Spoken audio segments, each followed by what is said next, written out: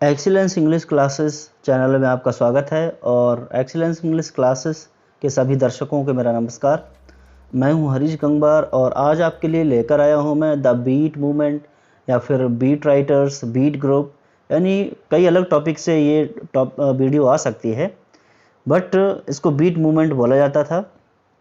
और इसमें हम बात करेंगे बीट मूवमेंट ये क्यों कहलाया और क्या विशेषताएं थी इसकी, कौन कौन से राइटर्स थे, सब बात करेंगे। और आगे बढ़ने से पहले सभी लोगों से मेरी रिक्वेस्ट है, प्लीज़ चैनल को सब्सक्राइब करें, बेल आइकन को प्रेस करें, जिससे आपको आने वाली सभी वीडियो की नोटिफिकेशंस मिलती रहेंगी और सबसे पहले आप उस वीडियो को देख पाएंगे।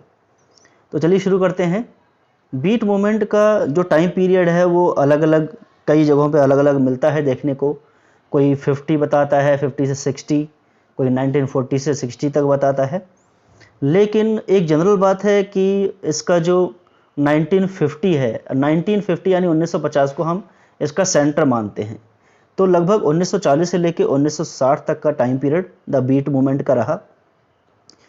तो बीट मूवमेंट एक ऐसा मूवमेंट था जिसको एक ऐसे ग्रुप ऑफ ऑथर्स ने शुरू किया जिन्होंने अमेरिकन कल्चर, पॉलिटिक्स, इन सब चीज़ों को प्रभावित किया। और ये पोस्ट वॉर एरा के बाद, ठीक है, क्योंकि 1945 में वर्ल्ड वॉर सेकेंड ख़त्म हो गया। उसके बाद बहुत सारे चेंजेस आए और उन चेंजेस में कुछ चेंजेस बीट मूवमेंट के द्वारा भी हुए। अब बात करते हैं आगे। बीट कल्चर का जो सबसे महत्वपूर्ण एलिमेंट्स हैं कुछ, वो इस प्रकार हैं। Spiritual quest.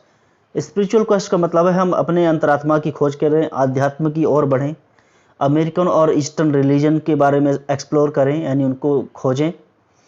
Rejection of economic materialism, यानी जिस प्रकार धन प्राप्ति की इच्छा वगैरह रखना, इन विचारों का रिजेक्शन हुआ।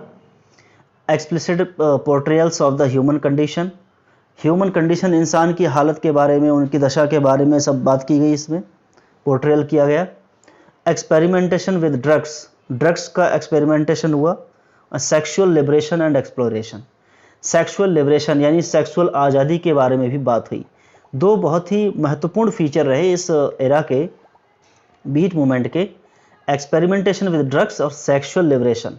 यानी लोग सेक्सुअल लिबरेशन चाहते थे, सेक्स करने की आज़ादी, ठीक है, यानी सेक्स को एक ओपन फील्ड मिले, जैसा कि आजकल पश्चिमी देशों में देखने को मिलता है, जैसे अमेरिका में, इंग्लैंड में, इस तरह के देशों में।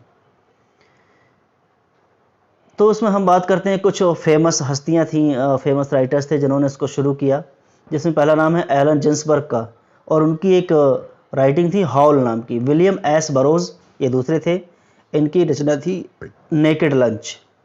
और Jack Kerouac on the road 1957 में पब्लिश हुई, are among the best known examples of beat literature. ये बीट लिटरेचर के तीन राइटर्स की जो तीन काम हैं ये बहुत ही ज़्यादा फेमस हैं, यानी एलन जिन्सबर्ग की हॉल, विलियम एस बरोज का नेकेड लंच और जैक केरोस का ऑन द रोड। हॉल और नेकेड लंच यानी ये दो रचनाएं हैं, इनका मेन फोकस था ऑब्सनिटी ट्रायल्स पर। ऑब्सनिटी का मतलब है समाज में अश्लीलता वगैरह, यानी कि अपने शरीर को लेकर और सेक्स को लेकर ओपन बातें करना समाज में। और इससे यूनाइटेड स्टेट्स में लिबरलाइज्ड पब्लिशिंग की शुरुआत हुई, यानी पब्लिशिंग इस प्रकार की सेक्स से रिलेटेड इन सब चीज़ों में आज़ादी मिली। बात करते हैं बीट शब्द आखिर ये बीट लिटरेचर से क्यों संबंधित हुआ। वैसे बीट मीन्स क्या होता है, पीटना होता है। तो एडजेक्टिव बीट का जो सामान्य अर्थ होता है टायर्ड और बीटन डाउन, ठीक है, यानी हारा थका हुआ व्यक्ति या मारा पीटा हुआ व्यक्ति, यानी कि इस प्रकार से दलित व्यक्ति। अफ्रीकन अमेरिकन कम्युनिटी में उस पीरियड में इन चीज़ों की बात होती थी, यानी जो दबे कुचले लोग थे उनको बीट शब्द नाम दिया गया। बीट जनरेशन की जो शुरुआत हुई वो कोलंबिया यूनिवर्सिटी से हुई, और ये 3-4 लोगों की मीटिंग के बाद। इसमें केरोस थे, एलन जिन्सबर्ग और कार नाम के व्यक्ति थे, और हाल चेज और बहुत सारे दूसरे लेखक थे, जिसमें केरोस, जिन्सबर्ग और कुछ और भी व्यक्ति हैं, जिसमें बरोज, तो ये फेमस व्यक्ति थे इसको शुरू करने वाले। फीचर्स की बात करते हैं, क्या क्या इसमें फीचर रहे। सेक्सुअलिटी और ड्रग यूज़, ये तो बहुत ही ज़्यादा महत्वपूर्ण विषय रहे इस एज के।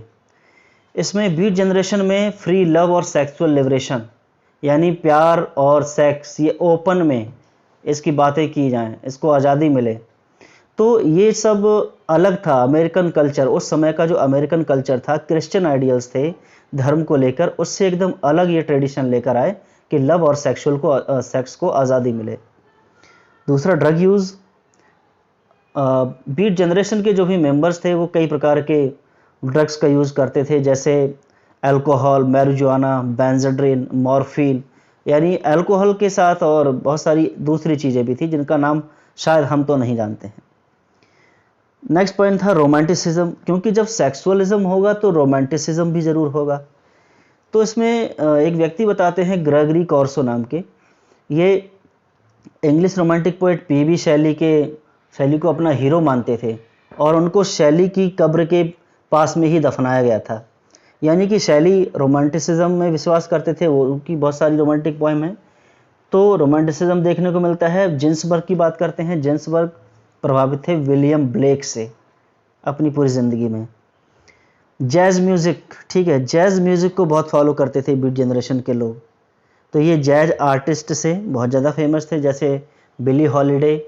और जो कहानियाँ इन लोगों में कही जाती थी पोइट्री के थ्रू या किसी और चीज़ के थ्रू, जैज़ म्यूज़िक के द्वारा कन्वे की जाती थी। नेक्स्ट बात करते हैं इनके सोर्सेस क्या रहे, अर्ली अमेरिकन सोर्सेस। तो ये बहुत सारे अमेरिकन फिगर से प्रभावित थे, जैसे कि Henry David Thoreau, Ralph Waldo Emerson, ठीक है, इनका नाम कौन नहीं जानता, सभी जानते हैं। हर्बन मेलविल और विशेषकर वॉल्ट विटमैन, ठीक है, वॉल्ट विटमैन की ओ कैप्टन माई कैप्टन बहुत अच्छे से आपको याद होगी। तो जिन्सबर्ग के बहुत सारी फेमस पोएम्स में ये लोग इन लोगों का असर दिखता है, ठीक है। और इनकी एक पोएम थी a supermarket in California. Buddhism and Taoism, इसमें बुद्धवाद और दाओवाद को मानने वाले लोग प्रभावित थे इससे, जिसमें बुद्धिज़्म और दाओइज़्म मानने वाले लोग थे Allen Ginsberg, Jack Kerouac, Gary Snyder, Gregory Corso, Lawrence Ferlinghetti and others. और बहुत सारी औरतें भी थीं, लेकिन beat generation mostly boys club था। औरतें भी शामिल थीं, लेकिन उनका बहुत ज़्यादा रोल इसमें देखने को मिलता नहीं है, ना ही उनका नाम दिया जाता है, क्योंकि बीट जनरेशन ग्रुप जो था केवल बॉयज़ से बिलोंग करता था।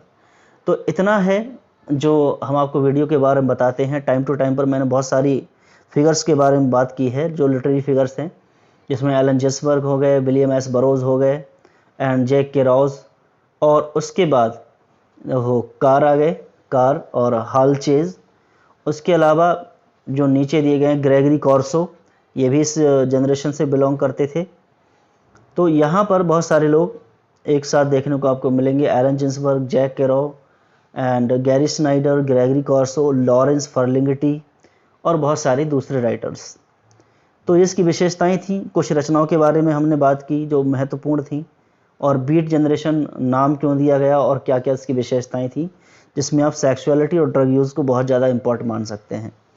टाइम पीरियड इसका 1940 से 60 तक रहा, लेकिन इस टाइम का जो बिल्कुल हार्ट माना जाता है, सेंटर माना जाता है, वो 1950 को माना जाता है। आई होप ये वीडियो आपकी तैयारी में हेल्पफुल रहेगी, और आज के लिए इतना ही। नेक्स्ट वीडियो में मिलते हैं, तब तक बाय बाय।